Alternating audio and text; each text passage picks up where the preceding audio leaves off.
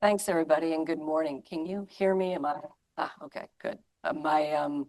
My voice isn't what it should be, so I apologize that you have to listen to me croak, but hopefully we'll have a good chat. I realize that I am a low-tech person in a high-tech environment. So they said to me, "Do you need slides? Are you using PowerPoint?" I said, "No, I have this, and I'll speak from this." So I'm going to talk to you today about leadership and lessons in leadership. And the framework is, you as a leader and a leader's essential traits, the people you lead and the challenges of leadership, and then a little bit about you as a manager.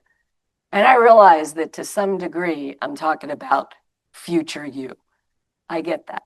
But you can lead and you should lead at every level, whether you're in a planning group, a strategic group, a project team, a sports team, or frankly, just how you conduct yourself from day to day. They say, he's a natural leader, she's a born leader. Well, what does that mean? And if they say that about you, does it mean you're going to be a good leader? If they don't say that about you, does it mean you can never lead? Well, the answer to that is, no and no.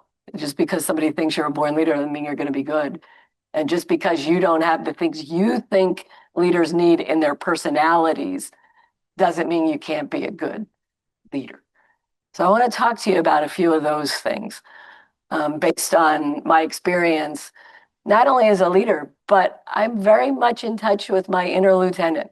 I remember what it was like to be brand new and to have good examples of leadership and not such good examples of leadership.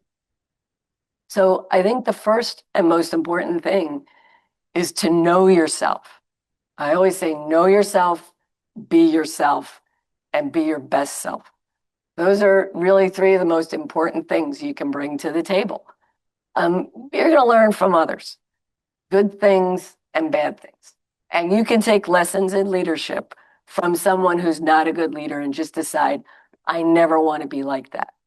You can have leaders that you emulate and you think, I want to do things sort of the way they did it. You can emulate somebody else, but you can't really duplicate anybody else. You're you, and you don't have to be anything other than who you are. And you'll hear me talk about leadership traits that I think are important, but you're not going to hear me use words like dynamic and inspirational and outgoing, extroverted. You don't have to be any of those things. You can be an introvert and be a good leader. Sometimes it's hard to get yourself up for being in groups. Like I always say, I'm an introvert who looks like an extrovert because I do enjoy being around people. But I sometimes do get stressed if I'm in an event, people are there to see me and to talk to me, and that's hard work. I kind of love it, but I also kind of hate it. And that's okay. So don't try to be somebody you're not. The first thing people can spot in a leader or frankly in anybody is a phony. Somebody who's just trying to be something that's natural to them.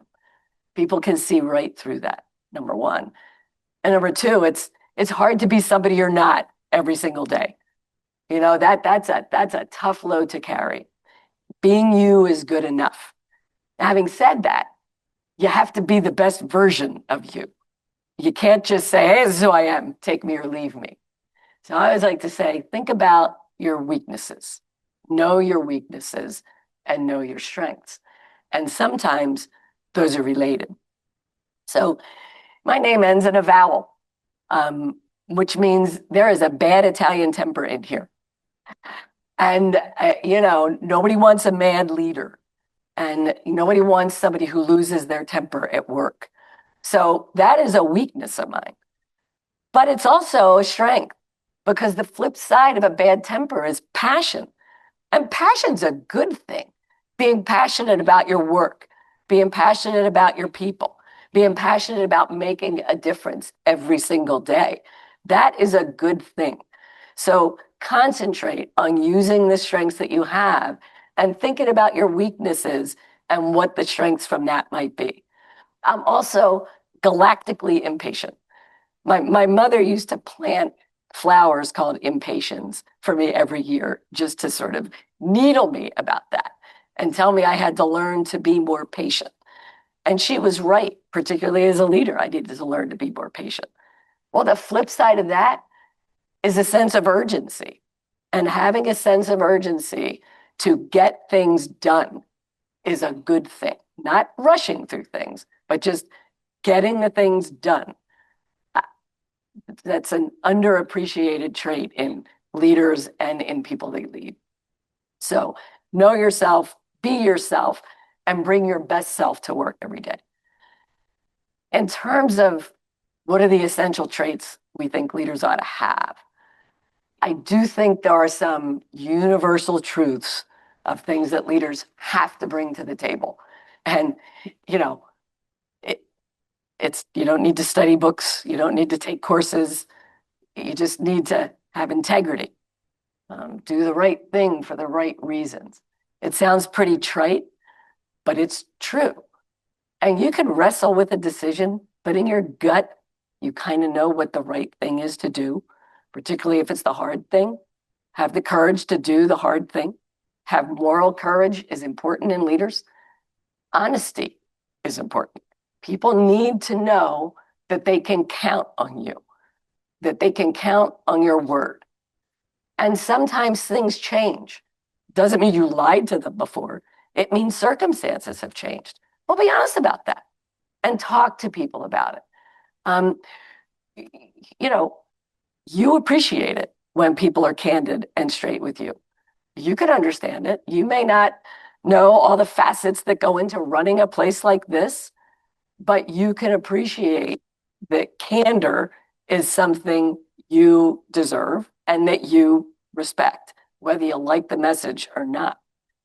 When we talked about patience a couple of minutes ago, be patient with others. Be patient with yourself. You should hold yourself to high standards, but don't crush yourself. You know, you're going to make mistakes, and it's okay to make mistakes. That's how you learn. Try not to make the same mistake. Don't be afraid to say, I don't know, but I'll find out, both as a leader and as someone who has led. That's an important phrase to master. Your people are going to make mistakes, and that's okay. And you need to let them know that it's okay if they make mistakes. And talk about it. Make it a learning experience for everybody. That takes time.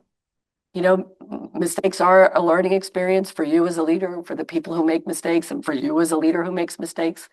It's worth the time to put in. And it helps establish the bond between you and your people because you need that. There are going to be rough times, and there are going to be things you may not be able to tell them.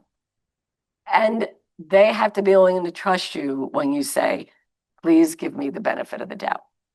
And I can give you an example of that. So as the JAG, I was in charge of assigning people, which is huge, right? Where are they living? Where are they dragging their families to? What job are they getting? There's jobs that everybody wants. Well, not everybody gets them. And so much goes into the assignments process. And there are some things that go into where people can be that I would never tell the community. This guy's going to lose custody of his kids if he has to leave Virginia. Am I ever going to tell people that? No.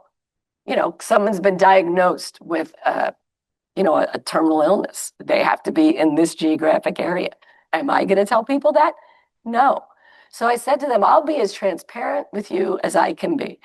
But when I can't, please give me the benefit of the doubt, and I will try to earn your trust and earn that benefit of the doubt. But it is a two-way, that's a two-way street.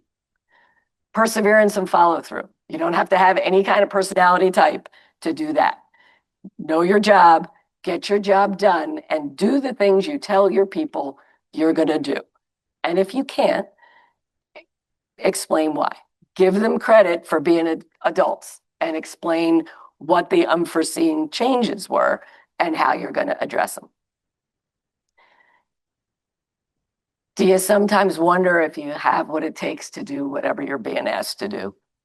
One time a junior officer came up to me and said, Everybody else seems so much more confident than I am. And I just don't think I can do it. And I said, well, number one, anybody who thinks they know everything that they need to know to do everything they've been given to do, I don't want that person. They said, you have to have a healthy regard and a healthy respect for what you don't know. Be confident in yourself. If somebody has put you in a position of leadership, well, there's a reason for that.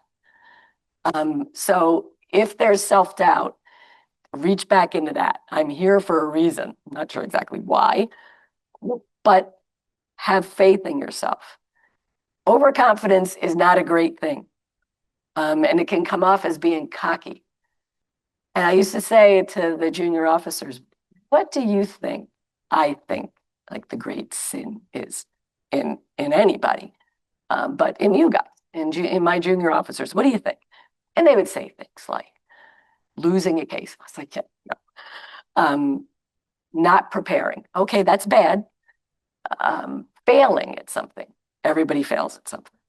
I used to say to them, to me, the great sin is arrogance and thinking you know everything and thinking you can't learn from people who are junior to you. You know, lawyers come in and they think they know everything. They don't even know how to be a lawyer, let alone everything. They're brand new to the Navy. The most junior sailor can teach them things, and they should learn from that person, not walk in and say, well, I'm wearing an officer rank. I know what I'm doing. Well, no, you don't. Learn from everyone. Humility is huge in a leader. You don't succeed in anything alone. Never lose touch with that. Be confident in yourself. Don't be cocky. You'll set a bad example for others, and you're going to disappoint yourself too, because if you think you know it all, there's a rude awakening out there for you. Having said that, you have to trust your instincts. You've worked hard, you've prepared, and your gut is telling you something. Follow your gut. If you have some doubts about is this the right course? Well, answer questions. Don't leave questions unanswered if there's some nagging feeling in the back of your head.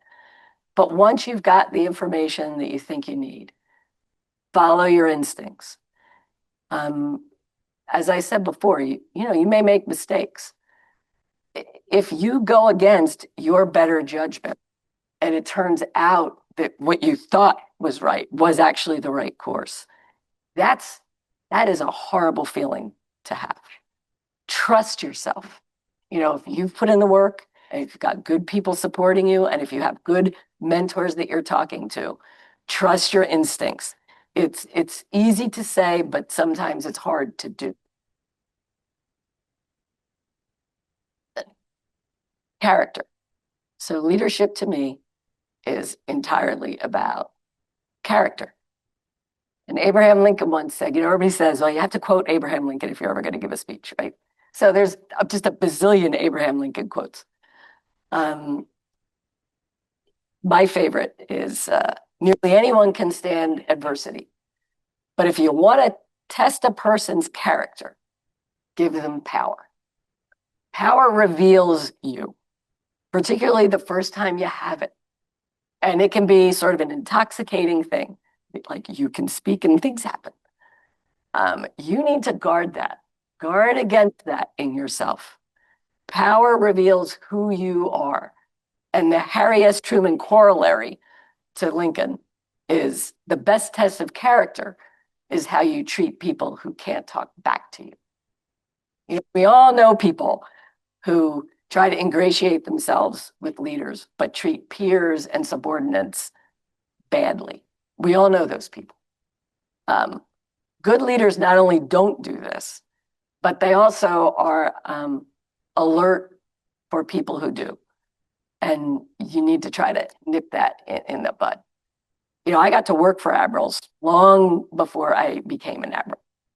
And I would just watch these people, just totally like brown nose in the admiral. And I'm going, and they're a jerk to their other lieutenants.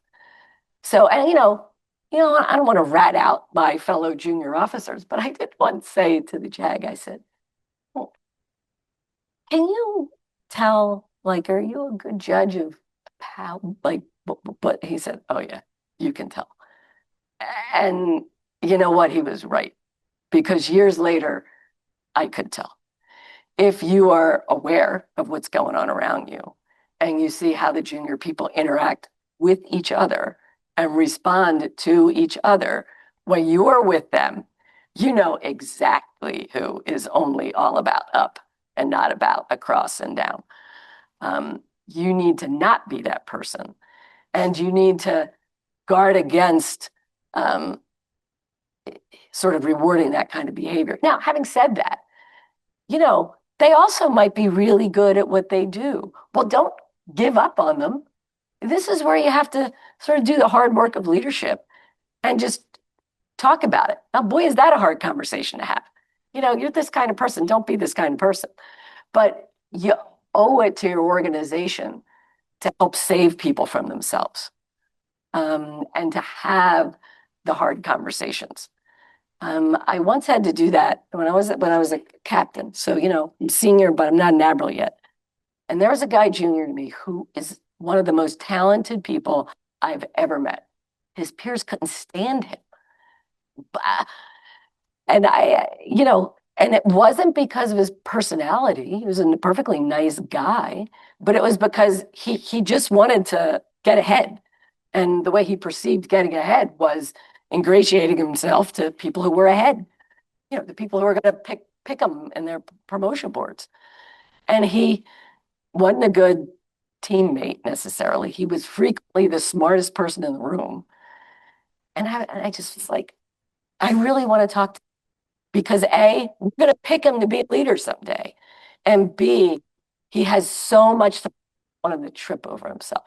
So we were at sea and we just walked around the deck of the ship and we talked. And I just, look, uh, you have what it takes to be really good, I said. And we can see that in you.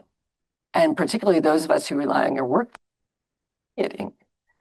I said, but you can also be a tough act, A, to follow,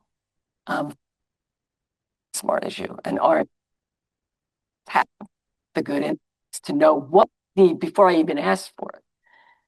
I said, your job is to help other people be as good as you are. And your job is to help people junior to you become senior. And your job is to leave senior people alone.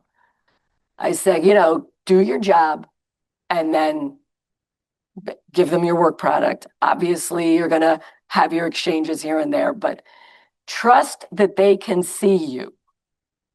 You don't have to push yourself in front of them. He's a captain today. He's very well respected, and he was a good commanding officer. Do his peers still roll their eyes a little bit? Well, yeah.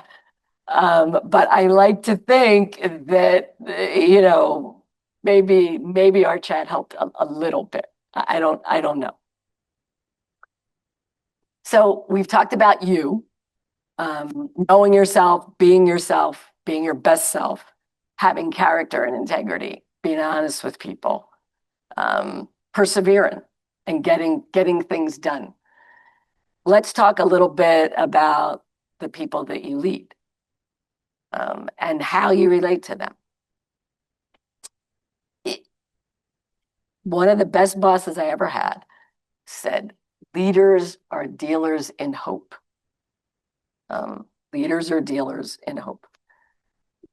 Be prepared for the negative. We call that worst case scenario planning. Like you have to plan that anything that can go wrong will go wrong. And if you've laid that groundwork, you can deal with anything. But be positive, be relentlessly positive, especially about people. People tend to be what you expect them to be. If you have low expectations of people, well, they'll meet those low expectations and they may never become more than they could have been if you didn't set the bar high for them. There's a Nike commercial now. If you think you can, or if you think you can't, you're right. Well, that's this. People will be what you expect them to be. Set high goals for them, help them get there, but they can always be more. They can always be better than they think they can be. Because when you're new, you don't know what you don't know. Um, Make them know you believe in them. We, young officers, used to have to do trial work. And I think it's a good thing because, if you get in there in the courtroom and you're forced to think on your feet, someday when there's an admiral putting you through your paces and asking you to explain yourself, and particularly if there's recommendations that they really don't like, just the experience of talking on your feet is helpful. Not everybody's cut out for that. So we had a guy come in getting ready to do his first trial, and the two of us who led the legal office said, "So, you ready? Let's talk about the approach you're taking." Of course, he had been working with the middle management folks, like the senior trial counsel, to get him ready. And I said, "Don't, you are ready." I said, "You're ready. You might not be like there were some people were just born to be litigators. This guy wasn't one of them, and he knew it. That's okay. We're not, this is the trial of the century." I didn't say that to him. But, we both said, "You're ready. You're going to be fine. You're going to be great. Just get in there, trust that you've done the work. Go get him." He left. I looked at the executive officer. I said, "Is he ready?" Because he looked scared to death. I mean, at this point, he shouldn't look scared to death. And, I said, let's not make him more nervous than he is. Maybe he was just nervous because he's in here with the two of us. So we walked down to the trial counsel. We said, "Hey, is he ready to go?" He is ready. He was just nervous. And it's okay to be nervous. The admiral who I have so much respect for, wrote a book. He retired as a 4-star, and he's well regarded now. And he was getting ready to take his first command of a destroyer, like no small thing. And he tells the story of walking up the brow and being afraid.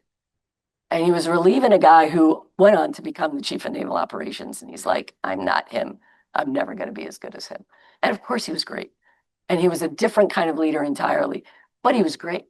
And the fact that he was a 4-star writing this book, being willing to tell anybody who read the book that he was terrified going on to his first command. I mean, you guys have been on ships, many of you. And if you haven't, you're going on them. The person in charge, people think that they know everything. And when they say things, stuff happens based on what they say. Well, he had a healthy regard for what he didn't know. He was okay embracing the fact that he was nervous. And you know what? Made him work a little harder to make sure he was good enough. All of those things are good. But he knew that the expectations for him were high. And he had succeeded anywhere he ever was. And before he went on to that ship, somebody said to him, "You're going to be great. Just be you. You've been great at every level, and it's going to be fine that you're not the same guy who's walking off the brow. We picked you to lead because you were different." Be optimistic. Doesn't mean like, hey, everything is sunshine and rainbows, because life isn't and work isn't. But you can look at challenges as obstacles or barriers, things that you didn't think you had to deal with, and now I have to deal with this. Or you can look at them as opportunities, because that's what they are. They're opportunities for you to flex your muscles and say, okay, this thing happened. How do we approach it? What do we do about it? How can we work together as a team to fix it? And I always say, have a mindset that's you can do it if, as opposed to, oh, this thing happened. We can't overcome it because. It's too hard because. If you think in terms of we can do this if, the way you approach problems changes.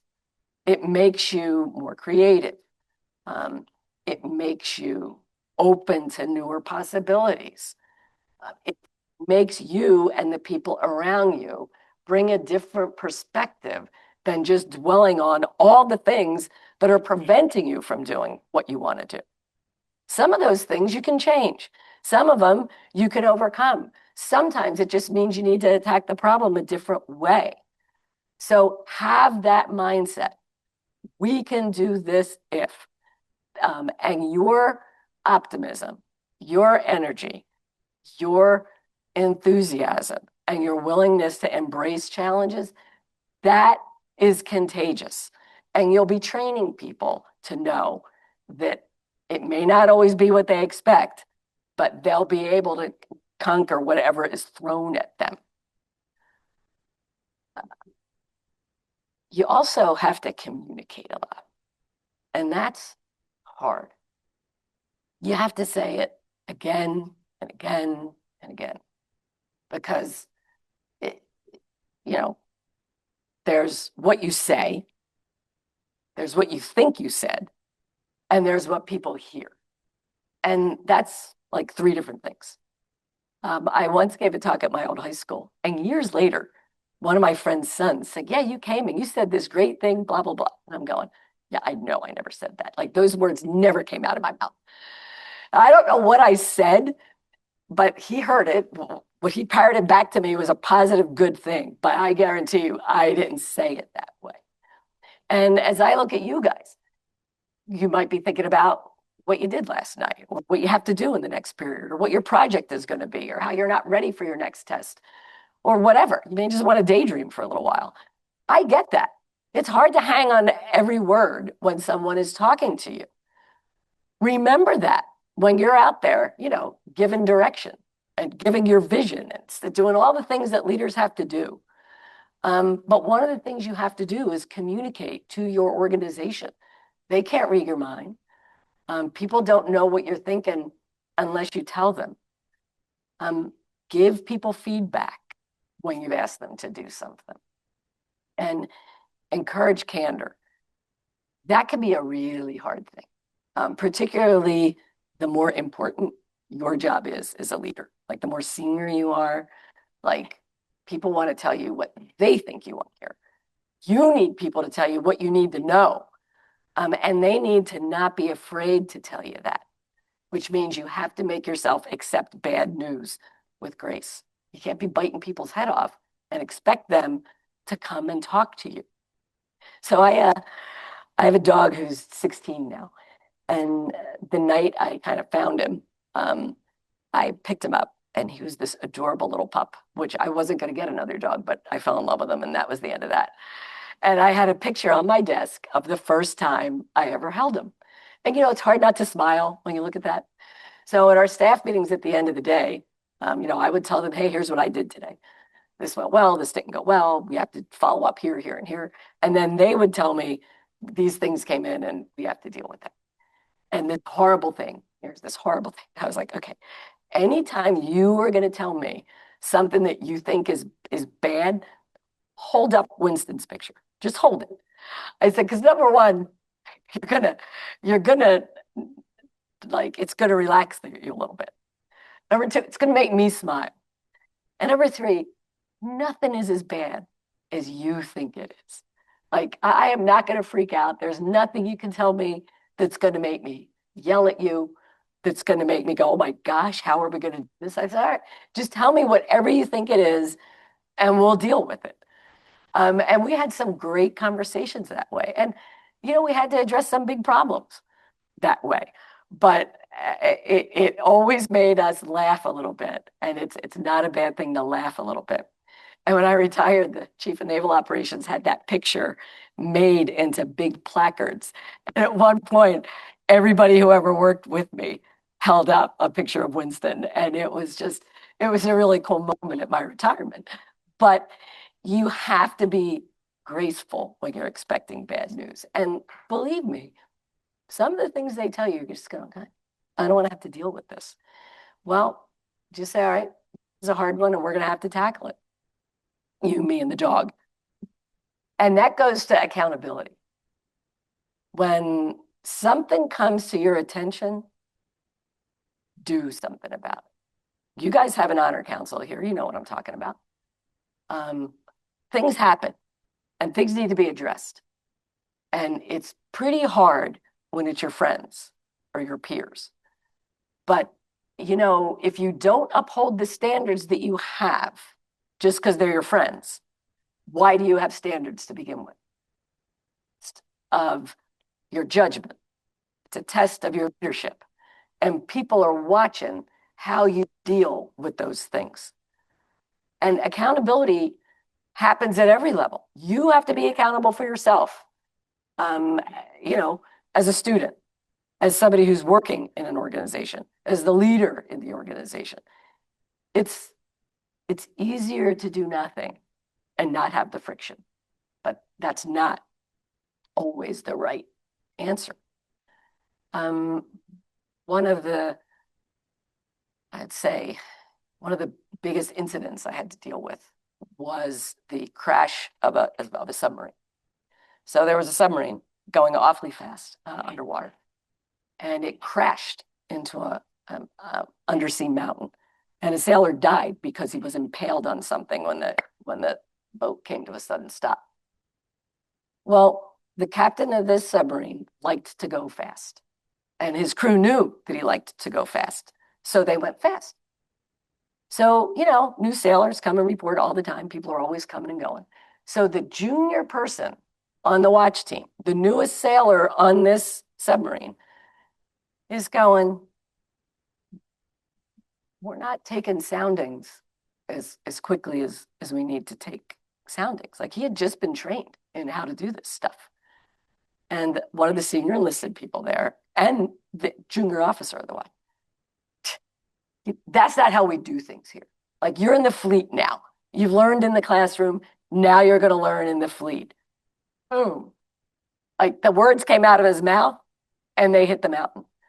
And nobody but this young kid was willing to stand up and say, we're not doing things right here. And they all knew, because they had all been trained. But the captain wants to go fast, so we're going fast. Well, everybody on that watch team was held accountable. The captain of the ship and the XO of the ship, none of them ever got command again. People were put back in their ranks. You know, you can do that and say, okay, you need to do this again. And that junior sailor was held up as the example of what you need to be when you're put in any kind of position of responsibility. Your leaders are dependent on you to do your jobs for them. Like, they have to be accountable for themselves. They also have to be accountable to how they expect you to behave. I mean, this guy was just flat out wrong. And I mean, he paid for that with his career. But the entire chain of command also let him down. Nobody ever said to him, to his face, we shouldn't be going that fast. You know, it's not like we're in open ocean here where you can see everything that's coming at you. And if you're going faster than you can take your soundings, bad things can happen. And they did. That leads to another thing. They talk about how leaders have to treat you have to treat everybody the same. Yeah, no, you don't. Because not everybody responds the same thing. Like, you need to know your people. Figure out what motivates them. Figure out what they respond to. Because not everybody needs the same thing. Some people just need to be told, hey, I need you to do this. Can you just go do this? And I need it to sort of look like this. Go. And that's all they need. Other people maybe need a little more direction than that. Some people need that extra thing to give them confidence. Other people, they have the confidence. And you know, thank God you don't have to give them all the same level of pep talk. So you don't treat everybody the same, but you do treat everybody fairly. You have standards, be consistent in how you apply your standards.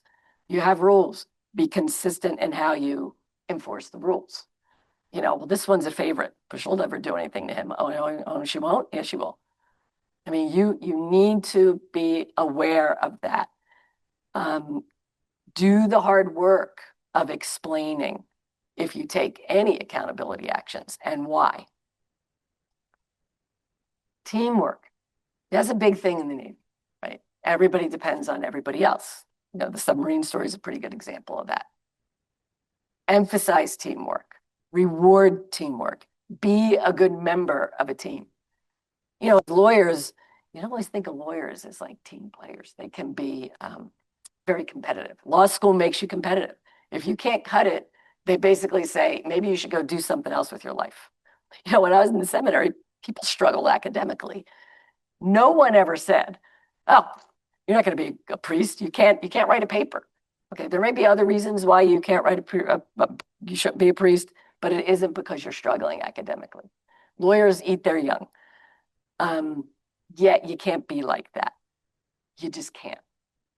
And I was at a conference with the American Bar Association, and there are these partners from big law firms, and they said, how do you get your people to work together as a team? Because they were hearing enough of it, like enough of us were around. Their associates didn't feel like they were part of something bigger. Like it was like, you have to do this. You work for this particular partner, and I'm going to do better than you, and I'm going to get ahead faster than you get ahead. It's like, well, do you like reward teamwork? Do you incentivize teamwork? Do you take who you think the best associates are and tell them it's their job to help the weaker associates be better? Or are you just rewarding the people that are, outstanding and doing whatever it takes to be that good? And hopefully everything they're doing to be that good isn't undermining somebody else. But, you set the tone of how you expect your people to relate to one another. Teamwork is hugely important because nobody can do it. Nobody can do anything alone. Ronald Reagan used to say, you can accomplish anything as long as you don't care who gets the credit. And he's right about that. Empower other people and all work together as a team. You'll be better for it. Sometimes you get to build a team. Sometimes you don't. You're just plopped in with a group of people and you have to figure it out. And working together, look at people's strengths, weaknesses, you can cover this, I can cover that. And if the team looks good, you all look good. If the team doesn't look good, y'all look bad, even if you were the best person. Well, they didn't listen to me. Yeah, I don't want to hear your excuse. Thank you. Let's work together to solve this. If you get to build a team, don't pick people who just think like you do, who are like little yous running around. Pick people who have strengths you don't have. Pick a diverse group. You want a diversity of thought, a diversity of opinion. Where your weaknesses, fill gaps. Where you don't have it, pick a team that complements one another. The last thing I want to talk about is, you as a manager. And we've touched on some of these things. It's important to have a vision and to articulate it for people. And it shouldn't be, doesn't need to be some long, wordy thing. This is where I want to go. This is how I want an organization to be. And work to meet that all the time. That's the hardest thing. Execution is the hardest thing. It's easy to say things. Following through on them can be hard. Delegate. You can't do everything by yourself, and you shouldn't. You, as a leader, whether it's a team lead, the leader of an organization, you need room to step back and think. And if you're busy micromanaging people, you don't have time to do your job. Now, it's scary. It's hard to delegate when you are ultimately accountable for whatever is going to happen. But I gave this away, and I have to depend on it. You do. Delegate it. Empower people when they come back to you with something. If it isn't quite right, explain why. So, we would do that all the time. I'd be in a job and I had one deputy and I was like, you prepare this. And he would give it to me and I would look at it and I would go, okay, this is all good. Now let's look at this, and this. And he hung his head. Yeah, I should have known that. I said, no, you shouldn't. I said, I should know that because I have something you cannot have at this stage of your career. And that's perspective. You gave me the building blocks. Now let's talk about what we're doing with them. I don't have to have that conversation with that guy, but it helps him grow if you do. You do get perspective the longer you do something, and you owe it to your people when you've delegated things to them to have them benefit from your experience. Bad things are going to happen. When they do, don't lunge at the ball. Stop, take a deep breath, and think. And ultimately, it's going to be okay if you work together. Bad things will happen, and you will be able to deal with them. Because again, you've been put there because somebody trusts you. You have a team that you've built that's going to support you. You have people that are going to challenge assumptions. You have people that are going to be candid with you. If you've done all of those things, there isn't a problem you can't solve. And the last thing I'll say is no matter what you do with your life, have fun. I had fun being a leader. It was a lot of pressure and there were hard days. It was fun. If you're not enjoying what you're doing, find something you enjoy and do it. You don't get to live your life again. And you owe it to yourself to do something that's going to make you happy, even if it's not what everybody who has invested in you expects you to do. Don't turn around and run just because you failed at something, but at some point, find the thing that makes you happy and do that thing so that someday you can talk to a room full of people, say, I loved what I did. It was hard. I'd do it again in a minute. I loved it. I do get choked up when I think about it, but I think that's a good thing. And I'm not going to stand here and try to pretend I don't get choked up about it. So that's all I have for you guys today. If you have any questions for me, have at it.